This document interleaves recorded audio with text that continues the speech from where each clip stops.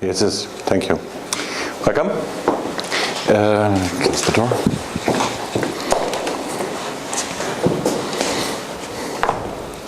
The introduction to protein structure today.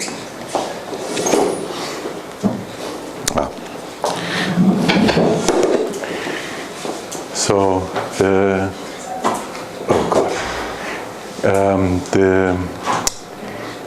videos are done by Carlo. This is Carlo. Video is running. Thanks, Carlo. I opened that too. Is that the stink or is it? Yeah. Yeah, it's this chemistry. I don't know why. It's the same. It's the same bottle, but this stinks horribly. I'm sorry. And again, if you really need to urgently contact me by email, go through Inga. Video should be up soon. The talk today should be up already. Another point, CHE, Center for Higher Education Development. The survey of the CHE starts today. That ranks, it's the internal German ranking for German universities. One way of putting it, please participate in the survey, provided you like the university. If not,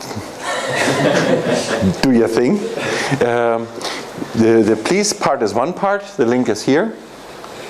Don't forget, if you ever do get a degree from this university, then a higher rank is good for your CV. So that's the non-please part. It's in your own interest. Okay, let's get back to the introduction to proteins. And some of these slides come here from Marco Punta, others from Andrea Schafferhans. Today, organisms, genes, central dogma, amino acids, protein structure, and bonds. Just essentially it's about images. The players of life are diverse. What is common to all of those are cells, are the genes, is the DNA. And what is life? Oops, too late.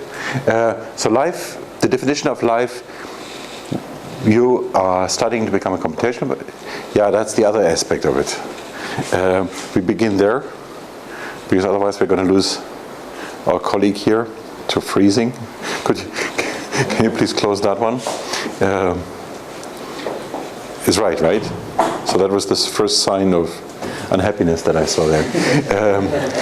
We could give her more tea or whatever that is in there, but ultimately she will. I keep this open for a little longer. So one aspect of biology is that it's not simple to have clear-cut definitions. This is not physics. Life is not defined. Life is ABC, but life is a mix of these different criteria. You have homeostasis, you have organization unit, the cell, you have metabolism, you have growth, adaptation, response to stimuli, and reproduction. All of that together, and actually when I was younger we didn't need all five. Typically people try to get away with three, but we need to add more. What about viruses? Are they alive?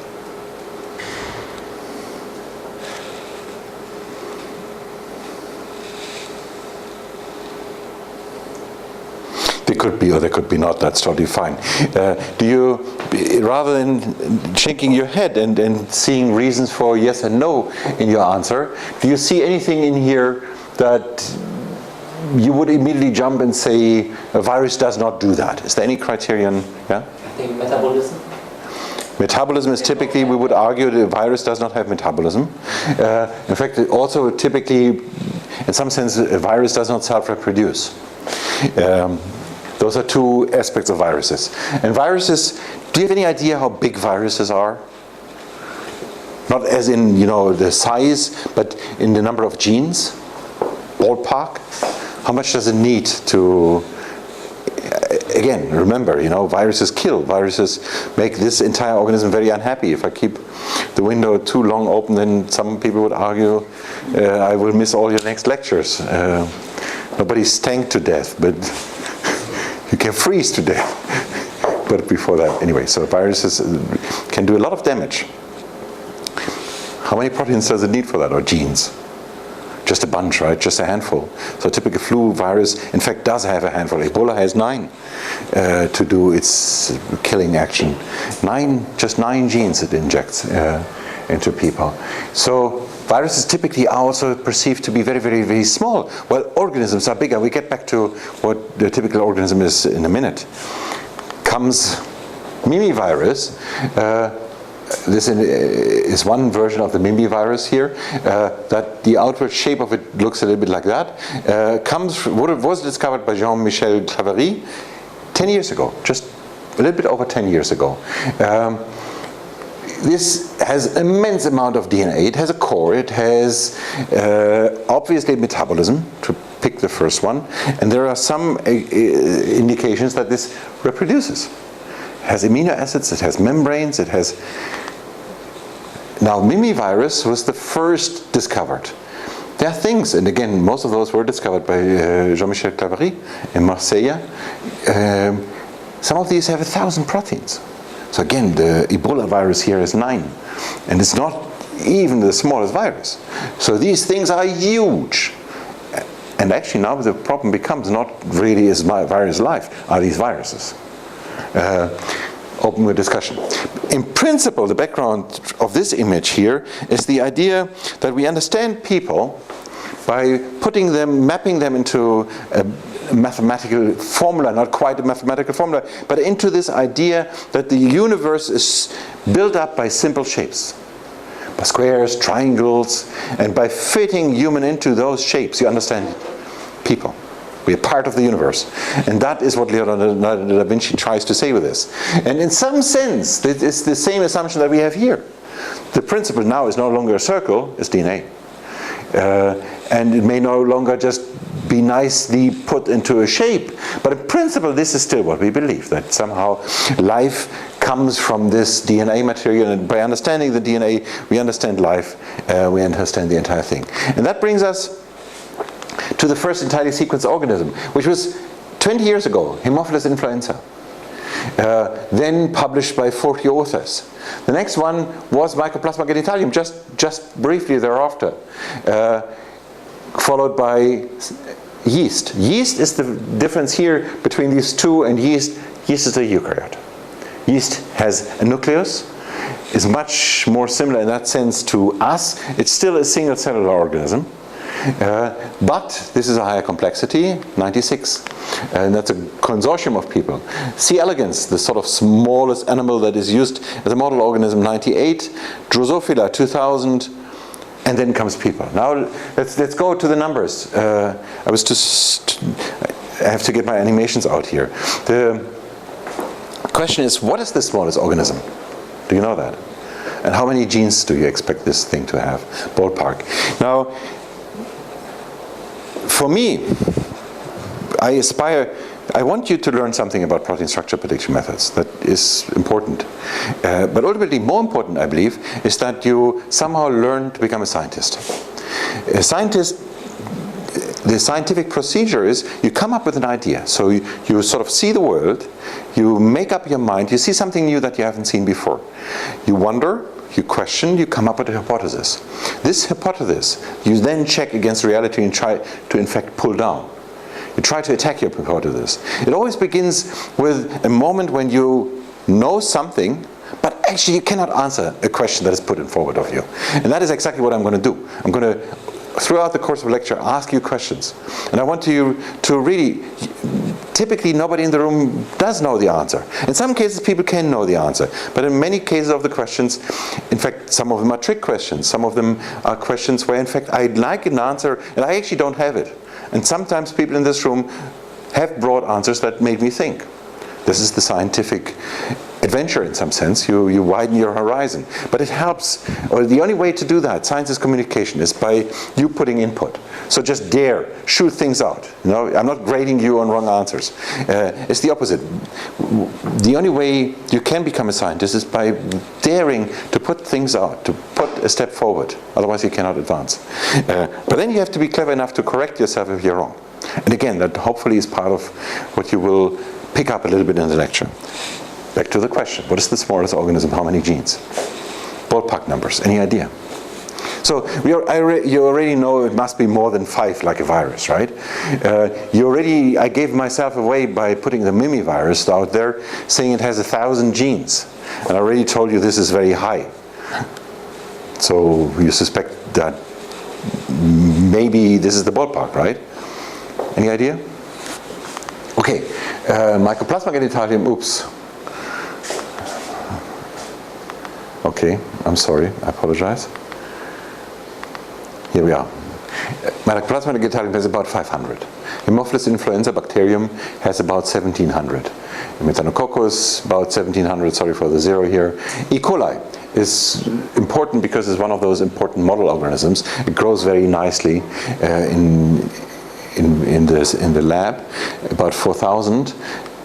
Yeast, about slightly over 6,000. Fly, 14,000. C. elegans, 19. Arabidopsis, a plant, 26. Rice at the point, 50,000. And human in 99 was estimated to be 100,000.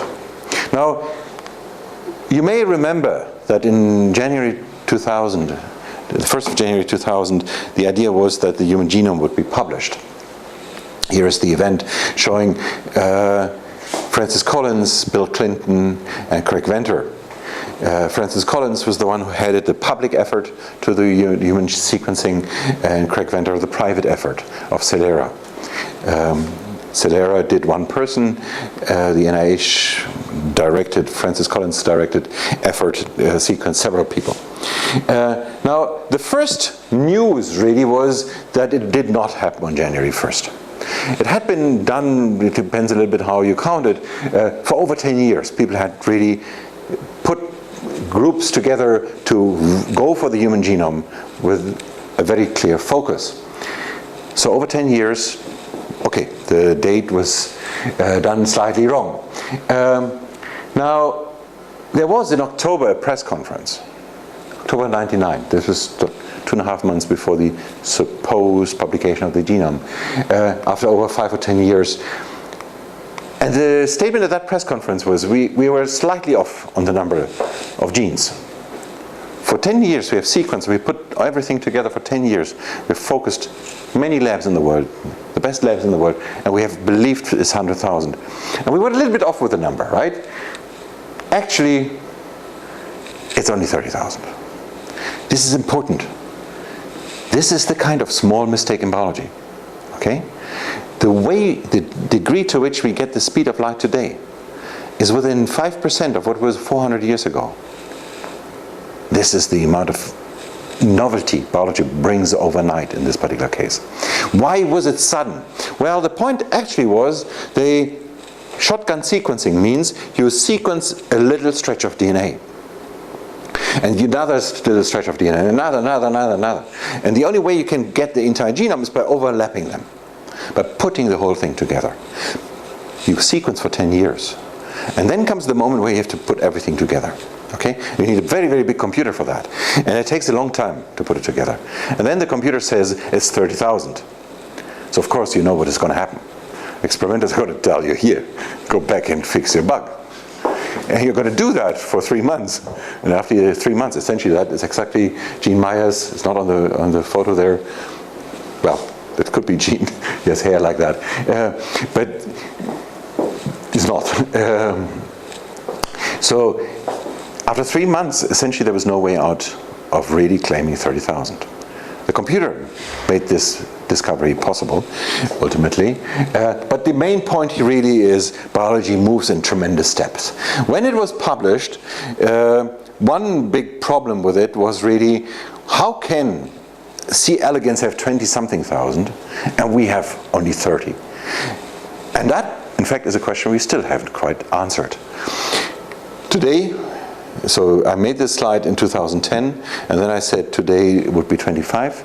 Some of you in the room may know, I've said that before. At this point, we actually believe it's only 20, the number of original genes. Now that we have the entire blueprint, we understand everything, right? Anna Tramontano says, well, like for every good manual, either you don't find what you're looking for, or if you really find it, you don't understand what you read. This is, for Anna, or for me, is the definition of a good manual, and good is the definition of most of the manuals I've ever seen. The only manuals that work differently are the manuals that you just throw away and don't use, and you have things that work by themselves. Anyway, the trouble really is we don't understand it. It's like, imagine not only you get the parts here, but you don't have a map. No, but you actually, not only do you not have a map, you actually never have seen parts put together.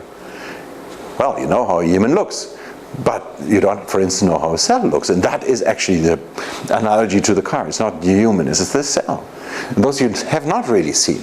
And it's not really this complexity. It's way more the 380, if you have been next to a 380, just this huge thing, and little screws, and you put it together. And that's a little bit the situation we have.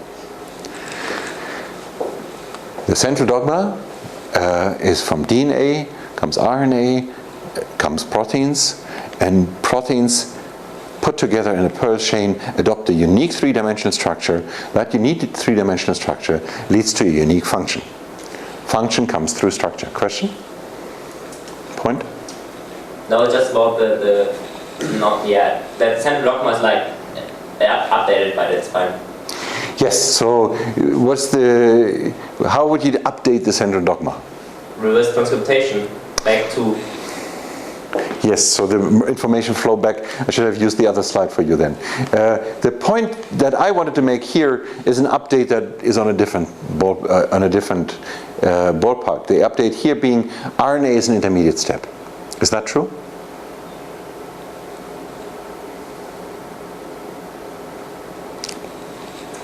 By the way, just to get you on the eyes, you are totally right. But just for the fun of attacking, that is what the scientific process is about. Reverse transcriptase were discovered with viruses. Viruses we just defined is not life, right?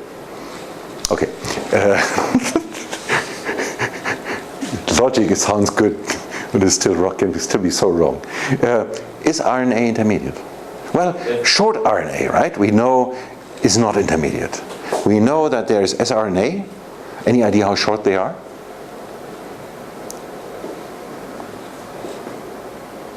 Just a bunch of nucleotides, 10, 20 in that ballpark. 20 is already long for short RNA.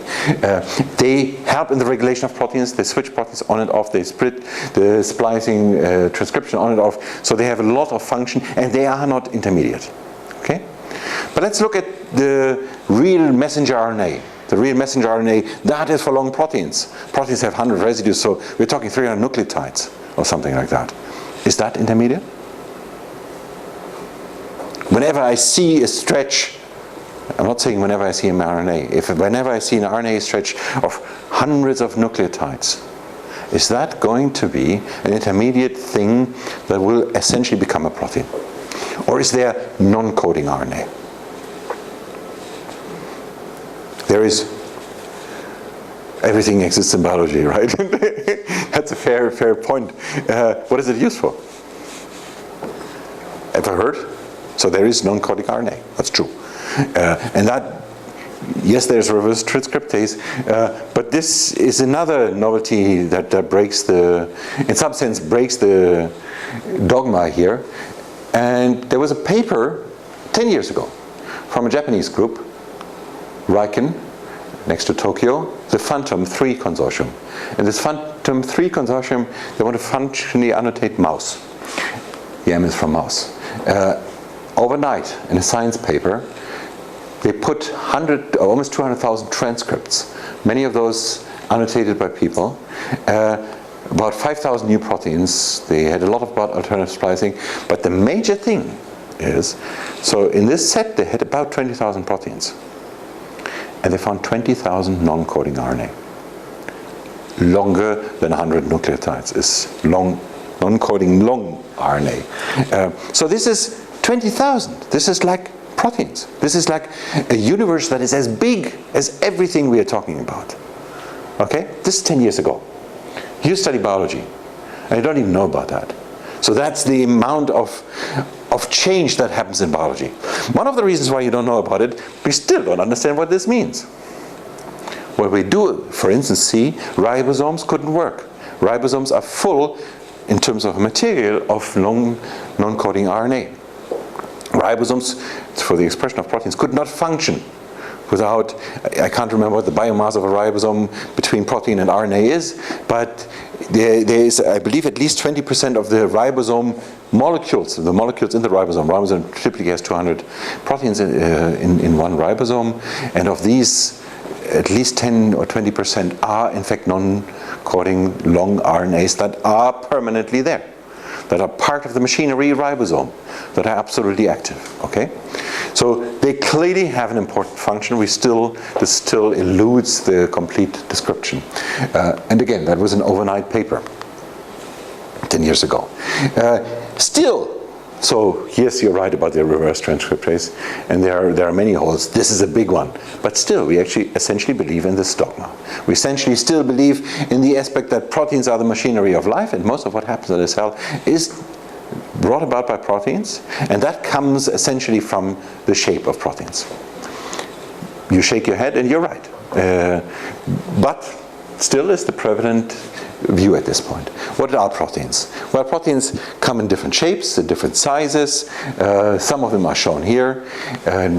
More sizes, more shapes: collagen, hair fibers, microtubules, myosin, actin. So these actins are the tracks of the cell. That's how material is transported on long actin fibers that cross the cell. Here, number of entries to the protein database. You see it goes up exponentially, and in fact it grows faster in the speed of computers. It doubles more than less than 18 months, while computer double now in less than 18 months. This was here at the moment 50 million, the number of sequences known. This 500,000 is the number of sequences for which we have some annotation about the function. Actually, for which we have some experimentalist who has put them into a tube. That is what SwissProt is about. SwissProt collects annotations. Now, in the next slide, I'm going to show you, averaged over the kingdoms, the usage of amino acids. So I'm going to ask how many or what fraction of we have 20 amino acids, what fraction of alanine is used in eukaryotes, prokaryotes, and bacteria and archaebacteria. Do they differ? Have you heard about codon bias? Yeah. So codon bias means that, again, I should have had that before, you all know the term codon, a particular triplet of nucleotides codes for one amino acids, and which codon is used differs between organisms. That has to do with a variety of environmental pressures. The way DNA is stored, but much more than that. For instance, mosquitoes have a particular bias. So the codon bias is extreme. Back to the next product, proteins. When put into proteins, this is what you see. The height of the letter here is proportional to the fraction in the genome of that letter, and arguably those three. By the way, this is not prokaryotes, this is bacteria, and this is archaebacteria. Essentially the same, right? Overall. The organisms do differ in their codon usage. So let's get back to this theme of reality and images. Protein structure is so intuitive because you can picture them, you can make images of those. Now, but the next 10 minutes, I will spend trying to sort of question to which extent whatever I present to you for the rest of the lecture is truth, is the reality. It's an image. We think about it this way. What is this? Art. 100% right on. What do you see? You see art, yes. What object is this artist picturing, showing? What comes to your mind? Tree. Yes. Anything else? Houses. Completely right. South of France is what you said? Yes, you're totally right. You saw essentially the three elements. Maybe you could still have seen flowers, but essentially Georges Braque, House de l'Estaque. Yes, absolutely. What is that, or where is that?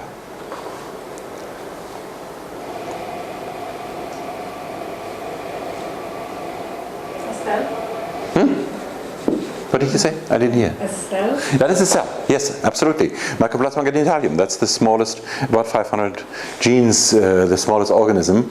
And you see the tracks here. There's a more detailed, if you want to go back, it's from David Gottsell. That's a eukaryotic cell, a cut through a eukaryotic cell. That is a protein, where you see essentially the atomic representation. That's a protein too. What's the difference? The difference is that here I really see it on the atomic resolution. Here I group related things into rods, helices, and immediately the difference between the two, you immediately see that here you would not see that red and blue is similar, while here it sort of jumps at you, although you may not have seen many structures before. ADH, alcohol dehydrogenase, is a homodimer. Homodimer means that you have, in fact, this is one unit, this is another unit. Those are the same units that come together twice. It's dimer means two of the same. Homo means the same. Homodimer means that, in fact, and you see you have to turn them around in order to interact, like this. So this part is here, oriented here and here. In between, the binding site is shaped. It's an enzyme. What's that? Art. Yes. Bad LSD trip. Uh-huh. Yes. Anything else?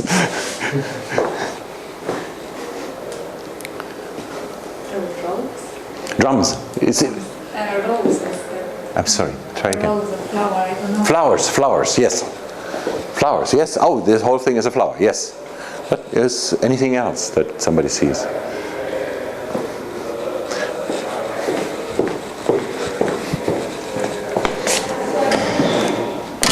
So stay with the image of the LSD trip. The person has taken LSD, but what does the person see now?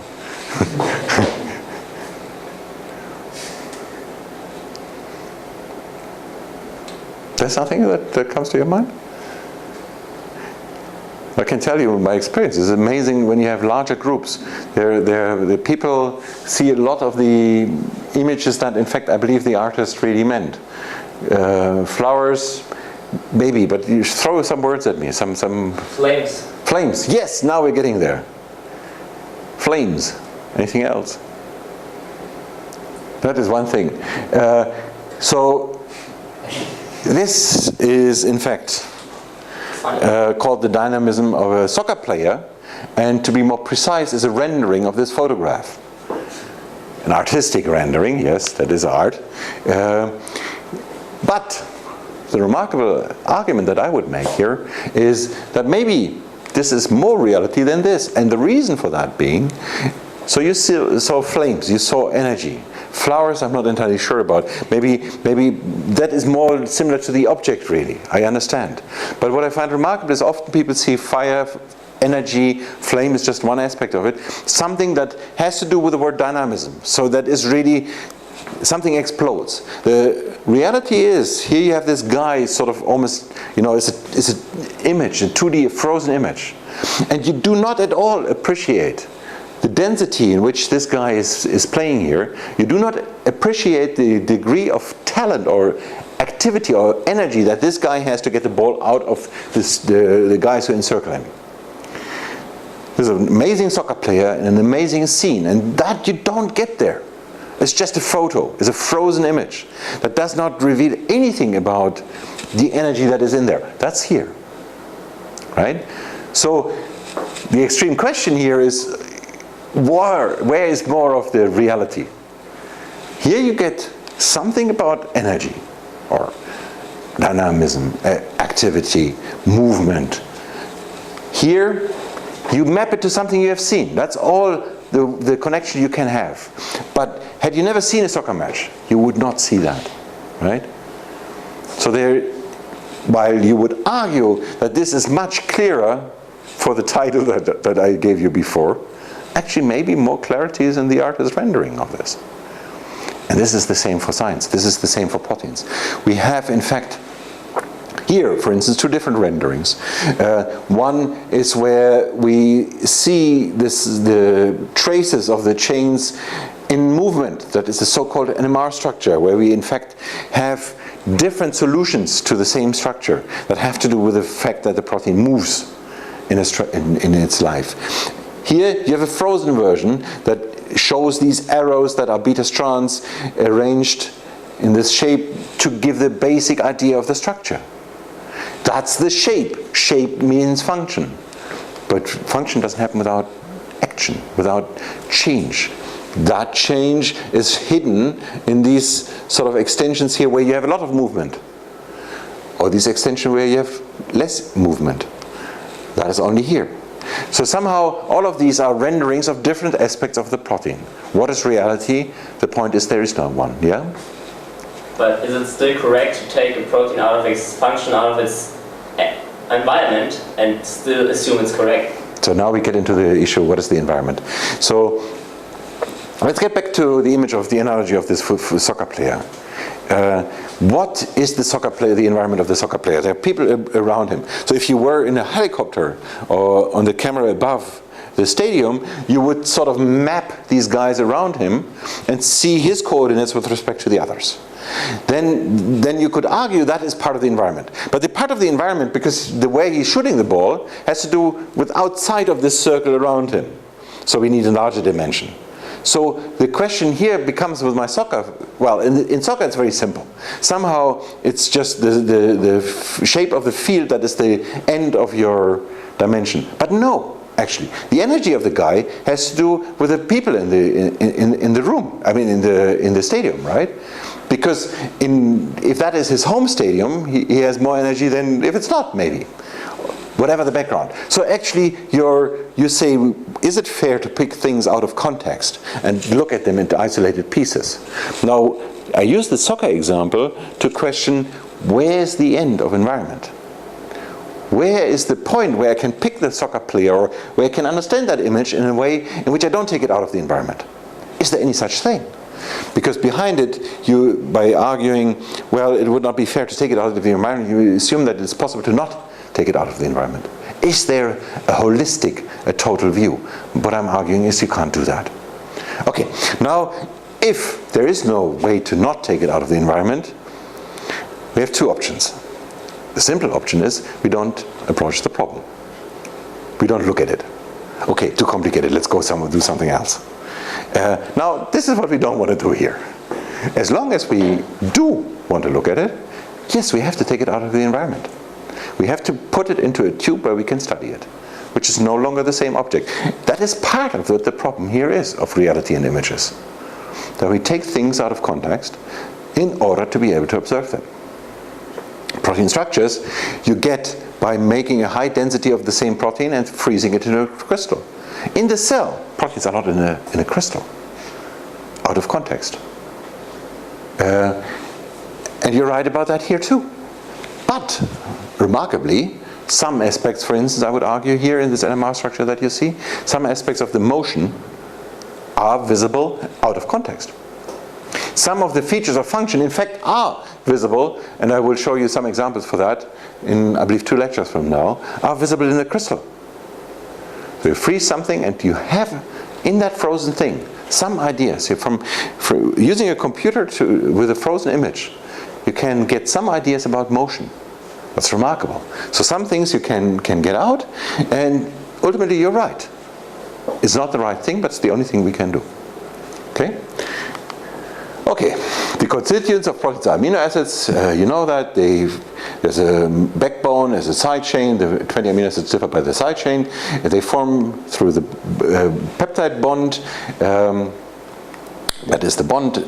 And I'm just quickly going through these slides, assuming that this is the type of basic biochemistry that you have learned in school or at some other point during your study, and you don't need any of that to come here. They're joined when they are joined in the peptide bond. In fact, they change their name. So the isolated thing is an amino acid. Grouped together, they become residues in a protein or in a peptide.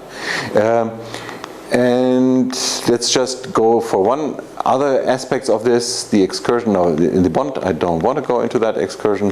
What I do want to go into is the simple statement that we believe. Oh, I thought I just got that out. Back to proteins. So we believe that the 20 different amino acids have sort of different features. Here they are. For instance, one set of features is charge. Positive, negative, polarity. Polarity essentially means you sort of can group the electrons. and hydrophobicity.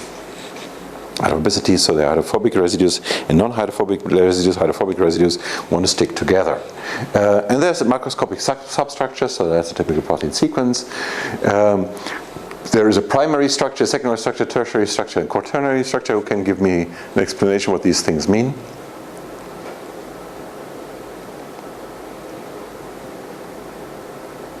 Why is it called primary? It's just the alignment of the amino acids. It's just the line of amino acid. Why is it a primary structure? We call it the primary structure. Because it's the most simplistic. That's an absolutely fair answer. We are talking about biology. Very often there's absolutely no reason why things are called the way they are called. And this is another example for that. Another definition of there is no reason is historically, that's the way it grew. The first structure of a protein was the sequence. Hello is not a structure, it's a sequence. But that's the first thing people ever saw of proteins, okay? And so they call it the primary structure. Because somehow there was a protein, there was something that did something, and then we saw it has units, it has amino acids, and in fact that we call the primary structure. Okay, secondary structure.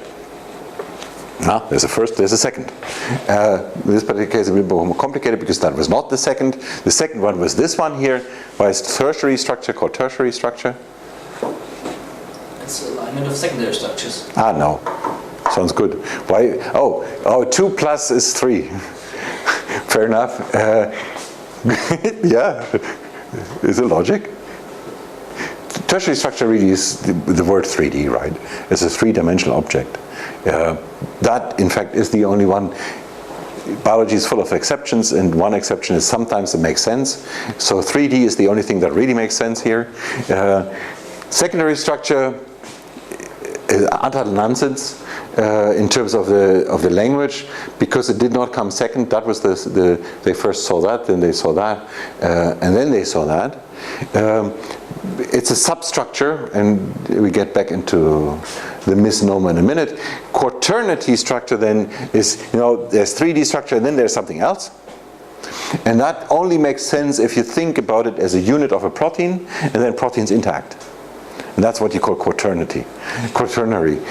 Has nothing to do with number 4, but this is very often biology. Those, in fact, are so nonsense that you don't even have to remember them. The only thing you need to remember when you see it in a book, just don't remember them. But here we get into a secondary structure. That's the thing that really is used, alpha helix. So alpha helix is in fact the moment you put the peptide chain together, you get an angle. That angle leads in its extension to the formation of, in fact, a helix. Whoops. You see the helix evolving here. In some sense, that is the natural outgrowth of the peptide bond. Okay? The other major secondary structure segment out there is the beta sheet. Again, lingo here is a little bit complicated, and that is an important one, because I will just refer to it again and again, but no meaning really. One part of a sheet is a strand. When strands are put together, so that's a finger, and together they make a hand. It's the same here. Okay? There are sheets. Can you see the secondary structure here? You see nothing?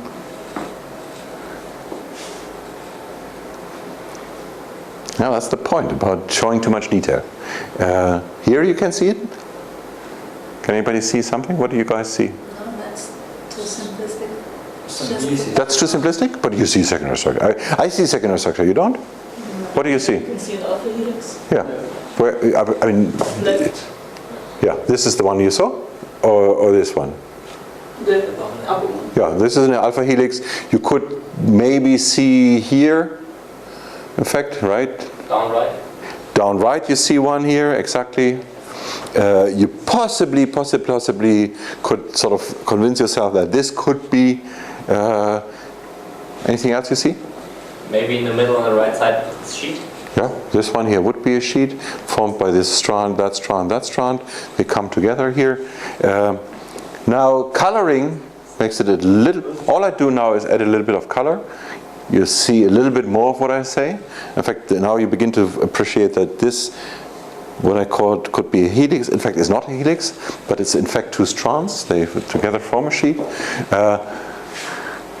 Again, sheet, helix up there. Ramachandran was a biophysicist who lived from 1922 to 2001, an electrical engineer, and was in Cambridge in the Cavendish lab, went back to Madras, and there in fact he shifted to the biology, got into looking at the backbone angle distribution of proteins.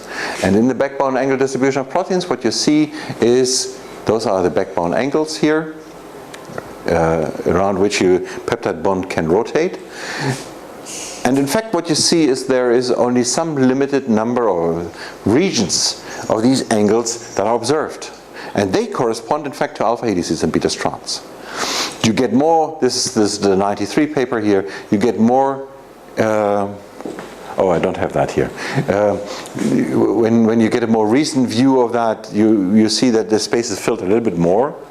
But essentially still this truth survives. There are more or less empty regions here, or emptier regions and denser regions, and they refer to the secondary structure. Again, cartoons capture one reality, that captures another reality. Both of those are not quite right. Disulfide bridges is just one aspect of the biochemistry that I went over. Let's get back to proteins in cells. And the part that I mean, one important invention when you create a cell is that you have a difference between inside and outside. You have a membrane. Proteins are the machinery of life.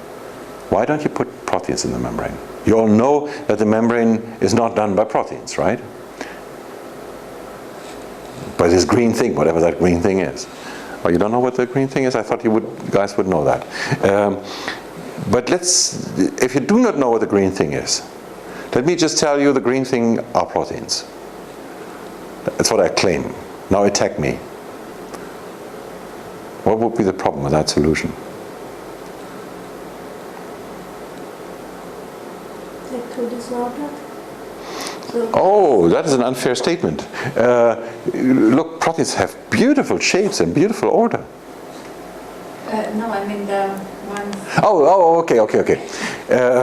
All right. So let's just stay on this image. Just imagine a cell without showing you one. Anyway, it's an artist rendering. David Gottsell. Who cares about artists, right? We saw that before, that they invent all kinds of things. Who knows how ordered they are?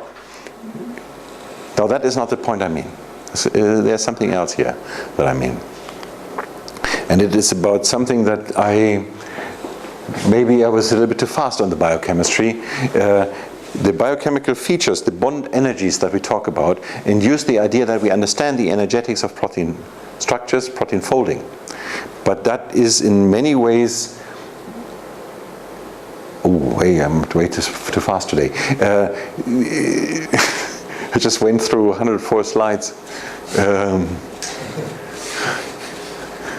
in less than 40 minutes. That was a little bit of you guys have to interrupt me. I should have stayed a little bit more on the biochemistry of the energy. One important aspect here are hydrophobic residues. Hydrophilic, philic is friend, phobic is enemy, hydro, water. So hydrophobic means you want to stay away from water. A protein has a mixture of hydrophilic and hydrophobic residues. Hydrophobic residues stick together, hydrophilic residues stay on the outside. So you have water friends that surround a protein, and every single one of these proteins that you see here has a fairly hydrophilic surface. You begin to see the problem using them as a wall around a city. If you imagine now this again as a wall around a city. So this is your medieval town, and you build a wall around it. You build it from proteins. What is the problem? Out there, actually, unlike in a medieval town, out here, yes, it must be a medieval town in a lake. Out there you are surrounded by water or solvent or something like that. What's the problem with proteins? Water can get in. Yeah. If they are hydrophilic in the outside, they love water. That's not what you want, right? So that's not your best bet if you want to keep dry-footed inside. So you need to put something there that protects you against the environment, and that's a lipid. Okay, it's a double layer of lipids. They surround a cell. That is an important invention here. Now, how do you regulate the gate? Proteins. That you can do by proteins, because they in fact can, upon notice, can decide this goes in, this goes out. Example here, and those slides come from Natasha Wood from Cape Town. Cell surface with proteins sticking out. HIV enveloped glycoprotein, the GP120, glycoprotein 120, that's the molecular weight of HIV. That's a human T cell. And the glycoprotein attacks, so it finds its target on the surface. Again, the viral membrane, GP, this product, enters into this gate that is CCR5, that in fact is a receptor. And it simply enters by identifying, showing the key. I'm allowed to enter. That's the way the virus does it, right? And this key, in this particular case, has to do with, in fact, I misunderstood what you said before, lack of structure. So you have a loop here. Loop is the typical term that you use for the parts in a protein that are neither a helix nor strand. And typically the idea is that loops are the regions that can move around more. So here in this particular case, the V3 loop is a relatively long, floppy peptide chain. Floppy means it can move. Okay?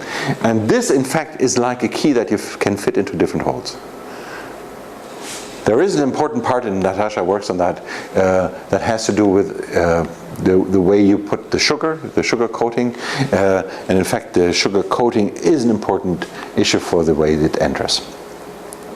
Let's get back to the elements, the secondary structure elements of strands and helices, and get back to the domains. What are domains?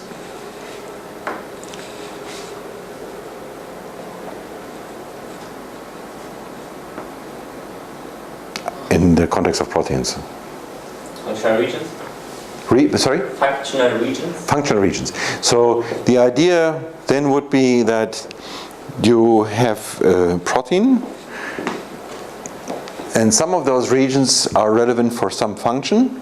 This is not really the idea of a helix, but maybe that part here would be the part that binds DNA, and that part would be the part that does something else. And this, in fact, is an understanding of the word domain that is very frequently used in the literature. When you go to structural biology, the idea of domain is typically different. It is typically that you have a compact unit, that you have something that if you throw it in solvent, it could adopt a unique three-dimensional structure on its own, without binding. So typically the idea is not, I take this part that may bind somewhere and this part that may bind somewhere else. I look at the entire object and I ask, is the entire object something that thrown into solution would fold on its own? Or in an evolutionary context, would in fact be observed as an own unit? That is the construct of the idea in the background. Now historically, the first time this came up was when looking at the gene structure. So beginning, exon, intron, you all know that introns are spliced out, exons are put together, and that red here would become the final gene product, the protein.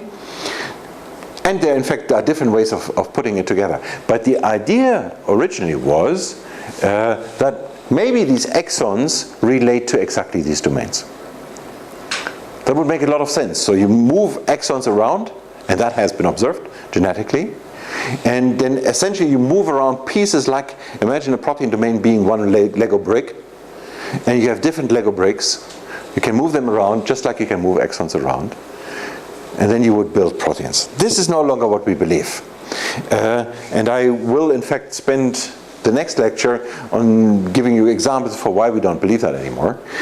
But let's swing with this idea a little bit. One example where we see that is we have an organism where we have one protein A, the same organism we have another protein B, and then we have another organism in which we see protein C that has in fact A and B merged into one. many of these examples. Now, if I gave you an example like that, let's get back to your idea of functional unit, then in a different context. When you saw an example like that, would it imply anything about the function of A and B? Would that induce you to say anything about A and B? Could be, could not be. A could be and B could not be? Is that the statement? No. Their functions could correspond, but could be also totally different. So you say that this part here and that part may have very different functions? No. No. I mean, part A and B have different functions, completely different from C. Really? Is that the kind of thing that is immediately jumping to your head when you see the image you see? That's not necessarily my image. What I meant is something else, and my question was not quite clear. So maybe in organism P, A and B interact. Interaction between these two, A and B, means that after they are separate proteins, they have to somehow, you have to orchestrate it such that they meet in the cell and can do their action, their function through the interaction. The other organism has solved this problem of having to bring them together by in fact putting them onto the same gene, co-expressed, one protein, they are already together, they can function together. Typically, when we seeing things like that, we would assume that they interact, and that's very often true when we see that. We don't have many of these examples, but when we do find these examples, typically, indeed, A and B in cases like that interact. Now, in cases in which we see that, typically, we often see that the domain B and the second domain of C have a similar, say it would be enzymatic activity and maybe a bound DNA. Then typically, in fact, in P1, protein C would have an enzymatic activity and binding DNA, just like in this particular case, these together would have. So typically the function would be maintained. Anyway, so this situation we see. Can you imagine that you see the inverse? That you have an organism where you see the long protein and another organism which it's taken apart. Sure, it's biology, right? You can imagine anything. And biology can imagine it. There are many of these examples too. Yes, that is true. Back to the idea of domain. So this, in fact, you may argue, you see a cut here. So there's a sort of helical domain, and there's a sort of helix and beta-strand domain. Or you may argue that this is in fact one unit. When you see this protein here, you're induced to saying, oh, wait a minute, that part here, that I see again. Okay? This red part here is twice in both. So that may induce in you this idea, okay, this looks compact, it is repeated in evolution, and a different protein would have a similar unit, that I would call a domain. In typical proteins, it may be, this slide comes from Christina Rangel, in a typical protein that may be more than just one unit. It may be more than one repetition, and that is indicated here by these symbols. So in this lingo here, one triangle, a yellow triangle, would be one domain. So this particular case here would have, in fact, 6 domains. And some of these domains are arranged in similar ways between related proteins, and some are not. So essentially you have little units, and you string them together in different ways. Christine always says that this, in some sense, is the core, and what you have around it is an embellishment. It's just an addition that brings a little bit of a new function. And in that context of structural biology, then you begin to see that the concept of a domain is very different from the concept of function. So domain is no longer the carrier of function, it's the unit upon which you sort of cast aspects of function. You put the DNA binding site onto this major framework. That's the structural biologist view on domains. Now, how can we guess domains from sequence? What I'm showing here is 6 different proteins. What I mean is the protein is beginning here, ending here. What the overlap here means, the definition of an overlap is that they are similar in terms of sequence by an alignment technique, and we get back to that in next week. So over the course of this region here, these two proteins appear to be similar in sequence. And by that we imply that they typically have some aspects of function or structure. Now, this is the image I get. What do you see?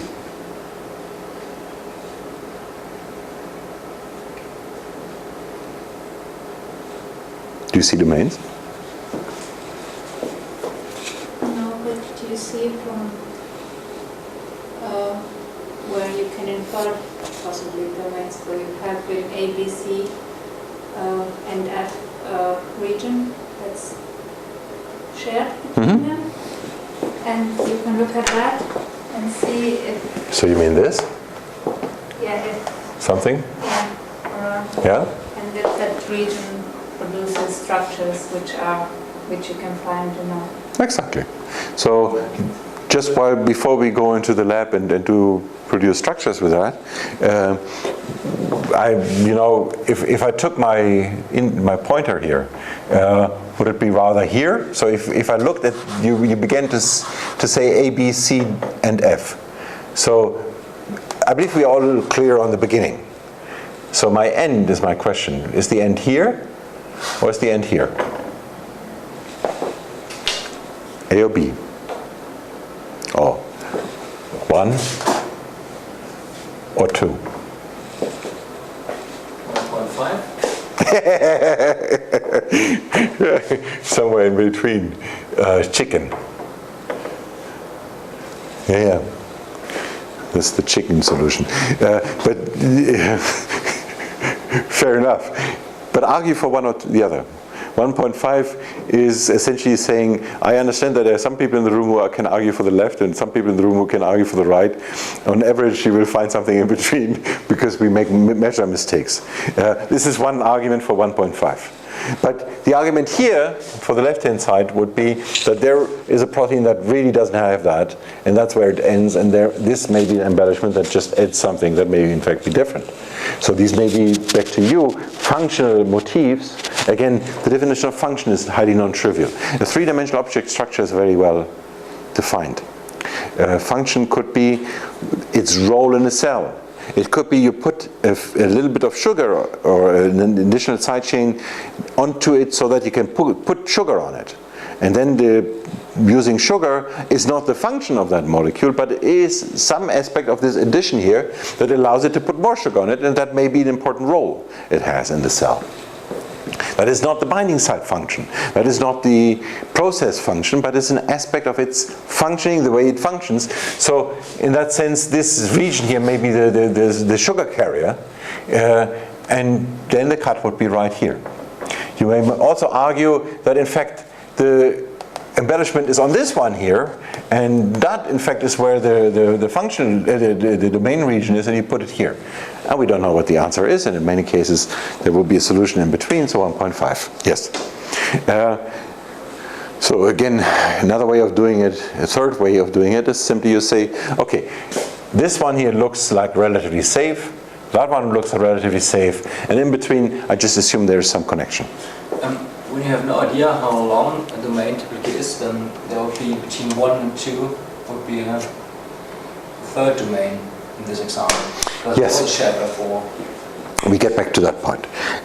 But before we get back to that point, let's just ask a question. How long are proteins? What's the shortest protein? Let's begin there.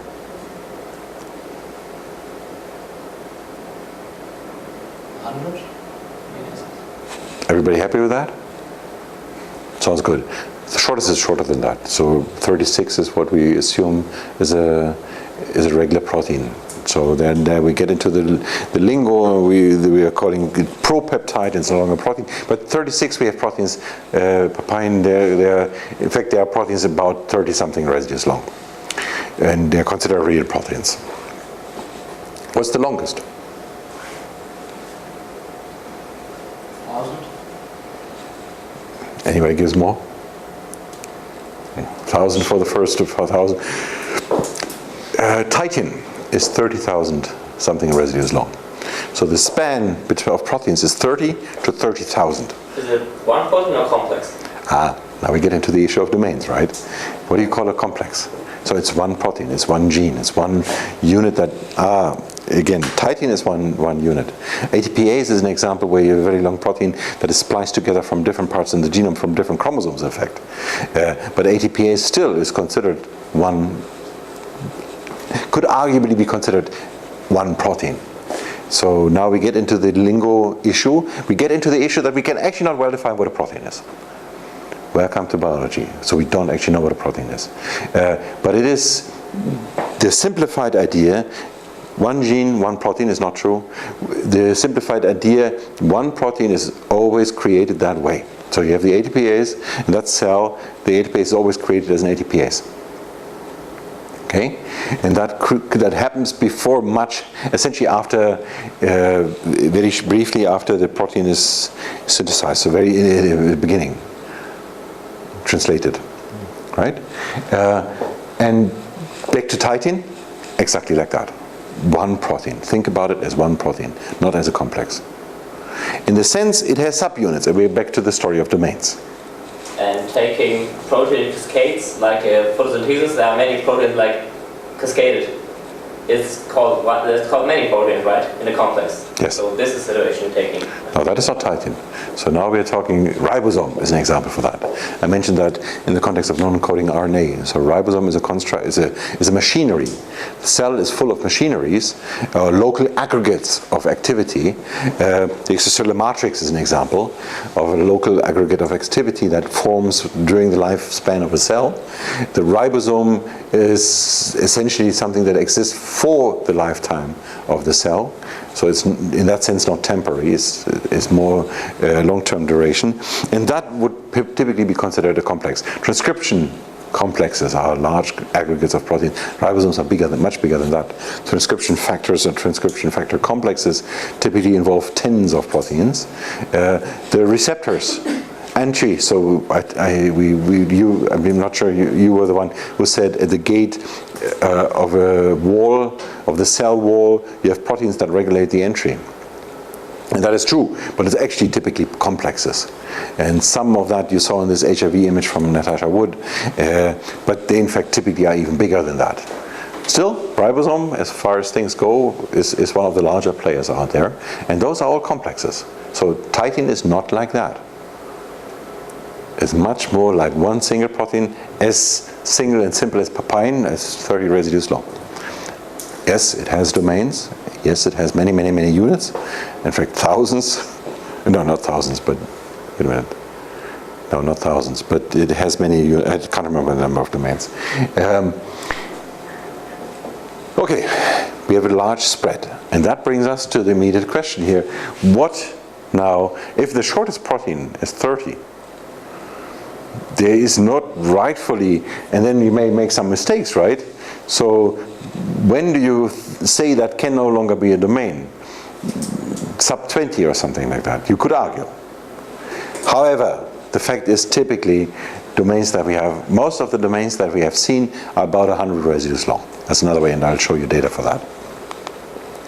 Okay, so the simple view is this. I can look at an alignment. I can look at the bunch of proteins in different species. I can delineate domains or regions that I can possibly predict as domains. Reality is more like that.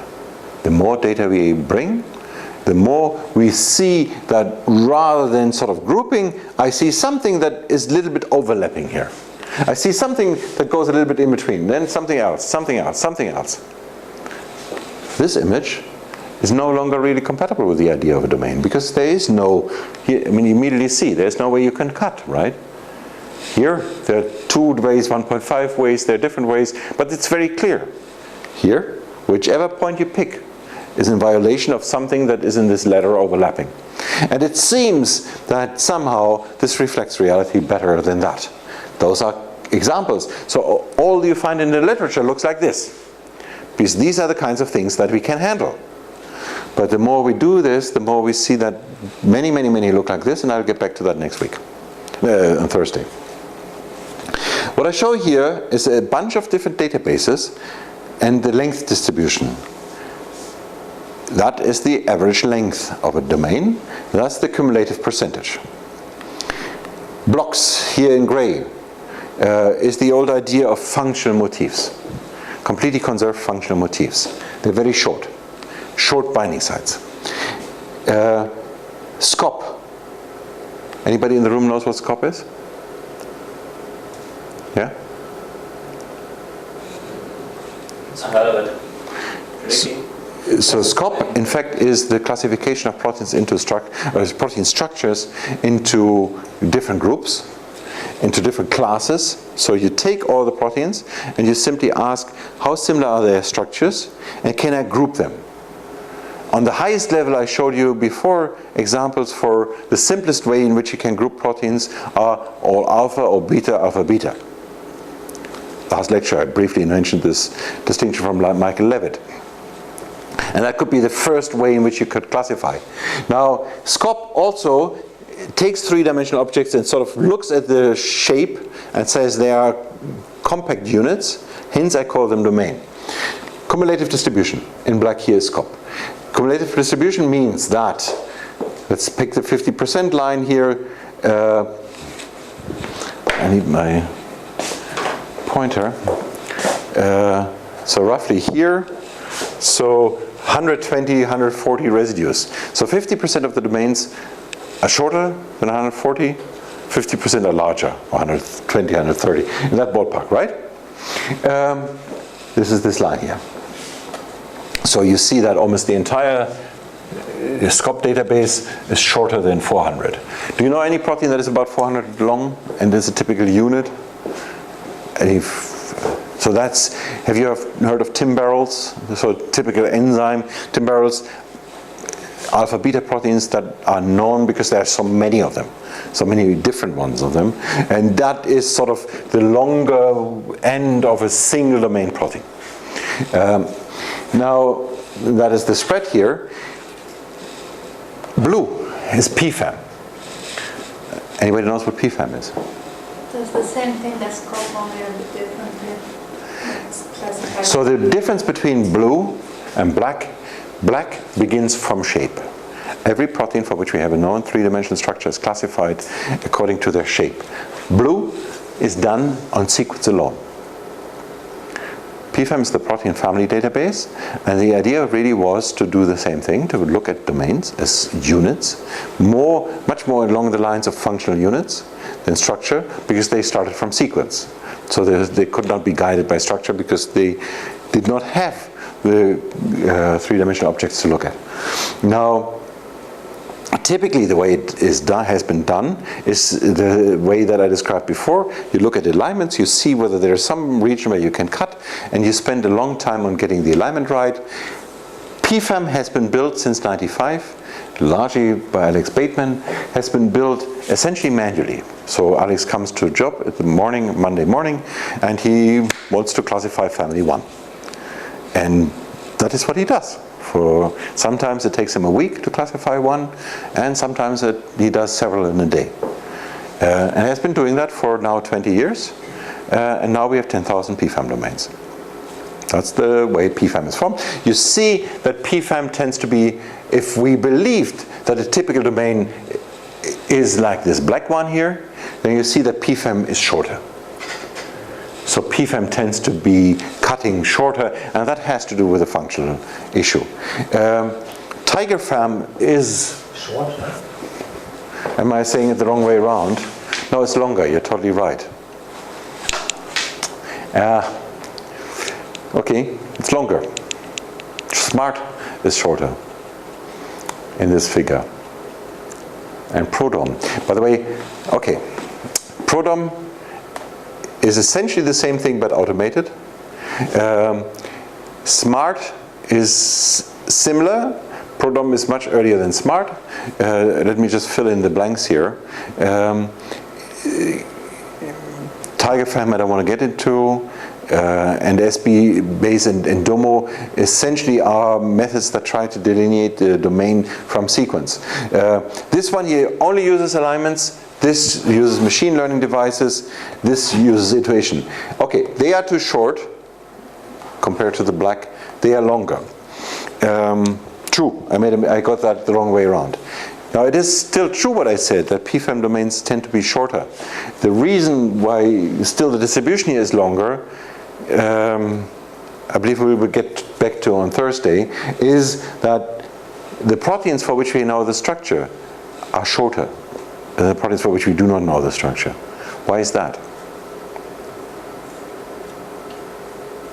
Also get more complex to get the structure of big proteins? As complicated as that, exactly. The entire reason. So the average length, the length distribution is big difference, and I'm unsure how my talk continues. Maybe I'm going to give you one more detail on this issue with PDB in a minute. Some common assumptions and facts. Let's begin. How many are in human? We went there. Today we believe is about how long. We went to that. Consists of units. Most proteins have more than 2 domains. Longer proteins are, oh god, my animation is wrong again. Here's the point about the length distribution. Eukaryotes in blue, length, fraction for the entire organism. Prokaryotes or bacteria in green, and archaebacteria in red. Are prokaryotes, so archaea and bacteria, shorter than eukaryotes? Which is a statement that you will find in many books, textbooks. Is it true?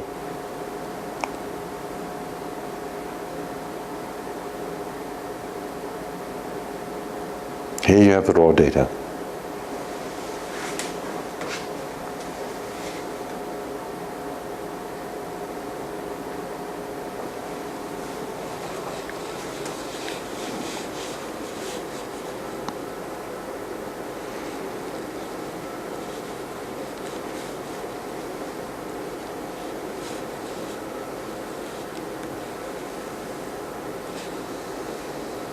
Okay, let's do it differently. Crowdsourcing. Yes, bacteria shorter. No. Who's for yes? 1, 2, 3, 4, 5. Who's for no? 1, 2, 3. No, 1, 2. 8 is going to be long. This doesn't add up. Yeah, I'm not sure. Yeah, it doesn't work. You have to cast. Okay, if you're not sure, let's turn it around. What makes you wonder? What's the issue? The amount of time I had to think about it. Bad answer. So, I don't like, sorry, back up. Thank you for your answer. It's as good as any answer. Just doesn't make me happy. So, what you see somehow, the first observation, the first important observation is, this is not Gaussian. The second one is, there is no clear point here, no clear maximum. And in fact, looking at the distribution, median, and all of these values are totally meaningless. You have a very broad peak, in some sense here, between 50 and 400. That's a huge range for a peak. Okay? This is the first important observation. And you see that this, if you call it sort of the main weight region here, maybe you put it at 100, but you could really put it to 50. And you see that, in fact, that is the main region for all three of them. Okay? That's one observation. Actually, they don't really differ. The mass is somewhere between 50 and 400. That's the same truth for all of them.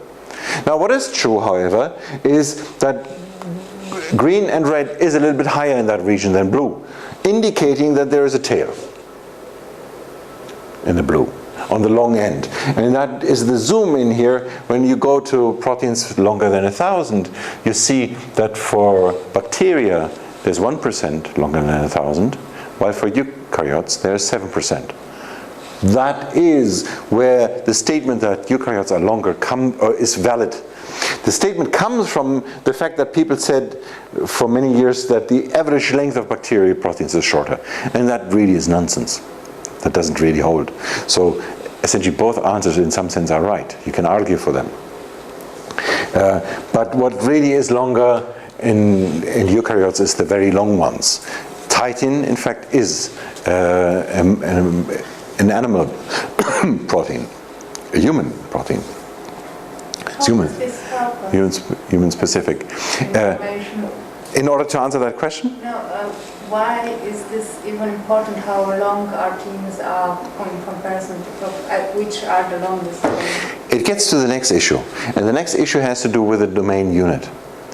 So ultimately where we're coming from is there a common principle? Is that the same principle? So are domains defined as something that is a structural unit? If so, is that the same structure unit in between prokaryotes and eukaryotes? We go back to the amino acid codon usage. Different organisms have different codon usage. Why does that not lead to different proteins? Why is it that we essentially in human have some of the housekeeping enzymes that are the same as in Mycoplasma genitalium, in one of the simplest organisms? And are there differences? When we go to compare bacteria, there's life that survives in ocean vents, there's life that survives in total salt, in heat, in volcanoes.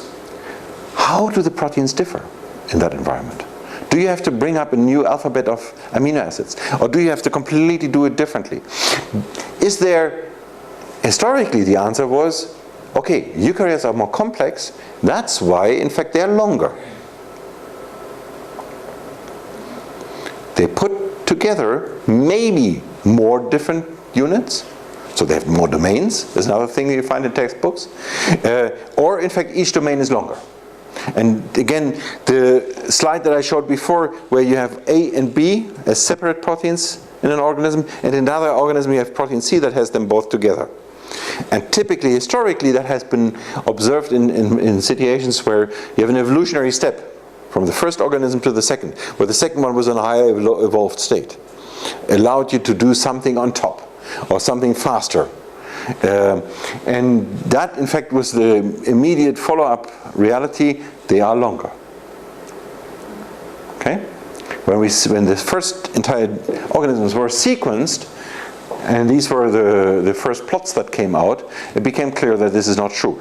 Textbooks are there for 10 years and they have still not realized that reality. How is it important? That ultimately brings us back to the question of number of domains, brings us back to how do I fit my distribution into that variety. Any other question? So complexity right now we define as length.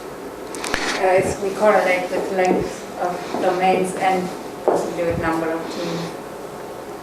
That has been historically done. I'm not trying to induce you in following that argument, but historically that has been the argument. Yes, but now let's go to another simple definition of the word complexity. You take a bunch of simple units, and you don't have interaction between them. You take an example set where you introduce interactions between these simple units. You have the same simple units, but you have an interaction. Through the interaction, you increase complexity of what can happen in soup 1 and soup 2. Now, that leads to the reality that by taking 2 units instead of single units, you have the potential to increase complexity. That is true independent of biology. You just simulate a bunch of objects in a computer. Yeah, but that's only valid for that case, not for mutations or other stuff. So only if you... be careful. What do you mean by that? So, if you have a domain that in another organism completely changes its function, so the length in a sequence is the same, but because of a mutation or something, it has a totally different structure and function. So where does that? So we have one protein that is 100 residue long, another protein that is 200 residues long. And what you're saying is, okay, this protein may have a higher complexity than that protein, simply because this accepts more mutation than the other one. Is what you're saying. Now, let me stop this question for a moment, or hold the question. In the next lecture, we will talk about 3D comparison. That's the updated set of slides, and we go to the